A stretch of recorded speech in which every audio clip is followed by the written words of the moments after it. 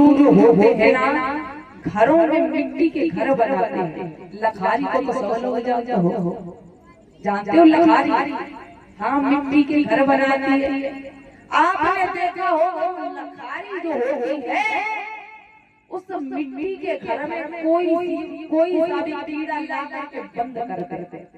और महाराज जब वो मंत्र पढ़ती है ना, तो आपने उस घर को फोड़ करके देखा होगा, स्वयं अपने जैसा बनाती है, अपने जैसे बनाती है।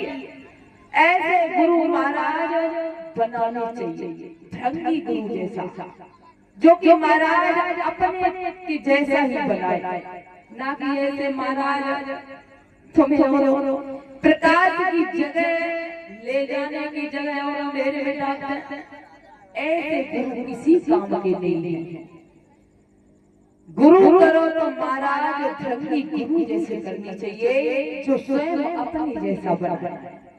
आ जाइए देख लेते हैं कथा में। इधर महाराज जब बाबा नारद को अपना गुरु बनाया है, ध्रुव ने जब गुरु बनाया है, तो परीक्षित महाराज बाबा नारद ने द्वादश मंत्र दिया। ओम भगवते वासुदेवाय नमः, ये मंत्र दिया है। आज महाराज इस मंत्र को देने के बाद में यमुना के किनारे पे महाराज ध्रुव की एक छोटी सी पर्णकुटी बनाई है। और जब पर्णकुटी बनाई है, तो महाराज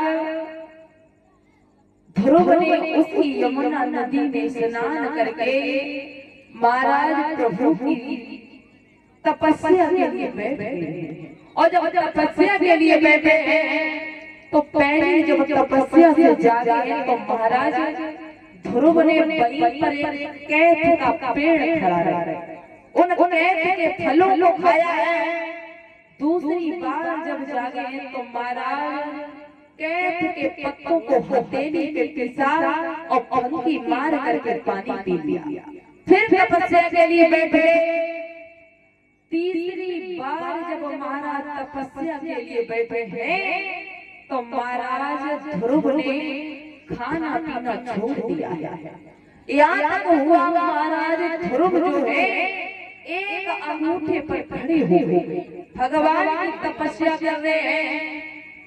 एक अंगूठे पे खड़े होने के बाद में महाराज ब्रह्मांड में अपनी श्वास को रोक दिया, श्वास भी नहीं ले रहे हैं। और महाराज जब ऐसी कठिन तपस्या करी है, तो महाराज इंद्र का इंद्रासन हिलने लगा।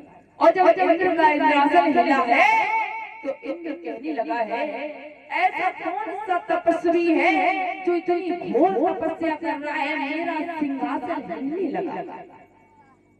तो महाराज बाबा नारद द्वारा पता चला है कि ध्रुव जो है तपस्या कर रही है।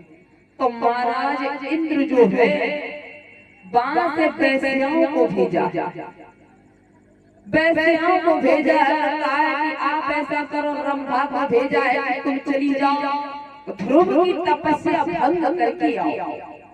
जब 2-4 वैश्याओं को भेजा है, तो परीक्षित महाराज वो लोग कहीं तो महाराज नागिनियों की फुसकार निकालती हैं, कहीं शेर की तरह दहाड़ती हैं, डरावनी मारा आवाजें निकालती हैं, लेकिन ध्रुव के ऊपर इन चीजों का कोई प्रभाव नहीं पड़ा। और जब महाराज नहीं पड़ा है, तो हार करके महाराज कामदेव जो है वहां से सब लोग चले गए। और जब चले गए हैं, तो महाराज वैकुंठ में प्रभु बैठे हैं। और जब भगवान बैठे हैं, तो मैया लक्ष्मी कहती है, प्रभु आप मेरे पुत्र की इतनी तपस्या न लो, आप उसे दर्शन दीजिए। इधर महाराज वैकुंठ से नारायण चले गए, तो महाराज जाकर के वहीं पर पहुंच गए हैं जहाँ पर ध्रुव तपस्या कर रहा है। वहीं पर पहुंचे तो महाराज खड़ाओं की आवाज की है, खटखट की है, और कहने लगे, बेटा ध्रुव आंखें खोलो, आंखें खोलो। लेकिन महाराज ध्रुव जो है आंखें आंखें नहीं खोल गई। मैया सुनीति ने बताया था कि जिन्हें देखकर तुम्हारे आंखों में आंसू आ जाए, समझ लेना वही तुम्हारे पिता है। उनका चेहरा इतना सुंदर होगा, कमल नैन की तरह, सर पे मुकुट होगा, हाथ में चक्र होगा, शंख होगा, वही तुम्हारे पिता है। तो महाराज ध्रुव ने वही मूर्ति जो है अपने हृदय में बसा ली और महाराज भगवान का भजन कर रहे हैं। आज जैसे ही नारायण ने अपनी मूर्ति जो है जब ध्रुव के अंदर से खींची है, तो महाराज ध्रुव जो है, हाँ पिताजी कह गए कि महाराज गिरने को होगा। जैसे ही गिरा तो प्रभु ने ध्रुव को गोद में उठा लिया। बोलिए गोविंद भगवान की, बोलिए सच्चे दरबार की।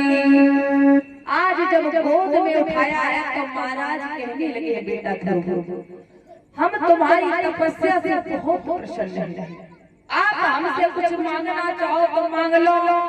ध्रुव कहने लगे, पिताजी मैं आपसे कुछ मांगने के लिए नहीं आया हूं। उत्तम भैया रोज अपने पिता की गोद में बैठता था, मैं आपकी गोद में बैठना चाहता हूं। आज महाराज प्रभु ने क्या किया है, ऐरावत हाथी को बुलाया।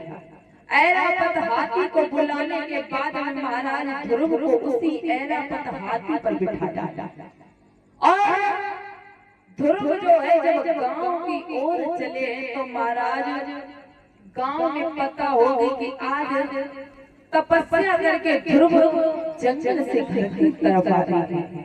और जब ये सारी प्रजा में बात फैली है तो परीक्षित महाराज ध्रुव के दर्शन करने के लिए सारी प्रजा के लोग जो है आज महाराज पैदल ही आगे को भागने लगे।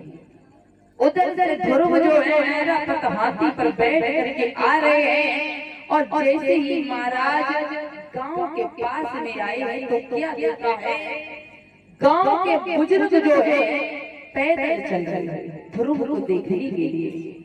ध्रुव जो है उसी समय ऐरावत हाथी से उतर गए, सोचने लगे कि मेरे गांव के राज्य के बुजुर्ग जो है पैदल चल रहे हैं, मैं इस ऐरावत हाथी पर नहीं बैठूंगा। नीचे उतर आए हैं। आज महाराज जैसे ही राज्य की तरफ बढ़े हैं तो महाराज मैया सुरजी के महलों की तरफ चले। तो महाराज कुछ लोगों ने कहा कि मैया सुनीति का तो घर इस तरफ है, तुम इधर महलों की तरफ कहां जा रहे हो। ध्रुव कहने लगे, भैया तुम्हें नहीं पता है, मैं अपनी मौसी से मिलने के लिए जा रहा हूं। और इधर महाराज जैसे सुरजी ने सुना कि ध्रुव मिलने के लिए आए हैं, गेट को बंद कर लिया। महाराज छह बोले लगे, ध्रुव को कैसे मुंह दिखाएंगे, इसी मुंह से हमने बिना जाने क्या से क्या कह दिया, मैं ध्रुव को मारा। आज इधर महाराज जब ध्रुव पहुंचे हैं तो मैया सुरजी से कह रहे हैं, गेट को खोलो माँ, तुम्हें नहीं पता है अगर तुम मेरे तमाचा न मानती तो शायद मुझे प्रभु के दर्शन न होते। आपके एक तमाचे से मेरा मैया जीवन धन्य हो गया। आप गेट को खोलो। बहुत ही देर के बाद मैया सुरजी ने गेट को खोला, छाती से लगा लिया, बेटा तू धन्य है जो तुझे प्रभु के दर्शन हो गए। इधर मैया सुरजी को साथ में लेकर के मैया सुनीति के पास के लिए चले। तो परीक्षित महाराज बताया गया है, थोड़ी देर रुक जाओ, आरती भी करवा रहे, रुक जाओ। तो महाराज बताया गया है कि रोते रोते मैया सुनीति की नैनों की ज्योति जो थी जा चुकी थी, कुछ नजर नहीं आ रहा था। आज महाराज जब मैया सुनीति के पास में गए हैं तो महाराज मैया सुनीति कहने लगी, बेटा तुझे प्रभु के दर्शन हुए? हाँ माँ। आज इधर कहने लगी, बेटा मैं समझ जाऊंगी कि तुझे प्रभु के दर्शन हुए हैं, एक बार मुझे भी उनके दर्शन करा दे।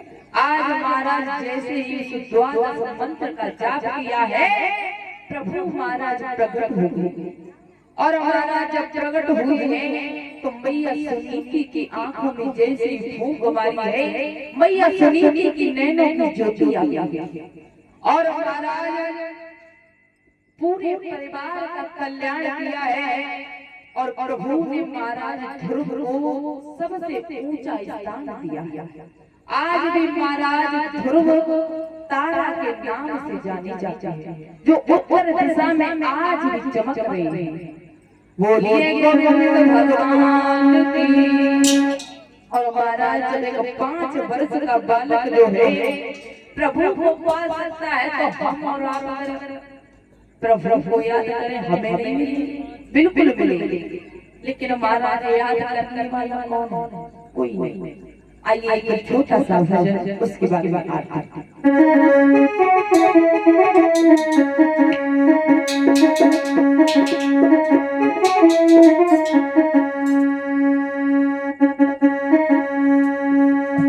राधा राधा कहने लगी है, श्याम सुंदर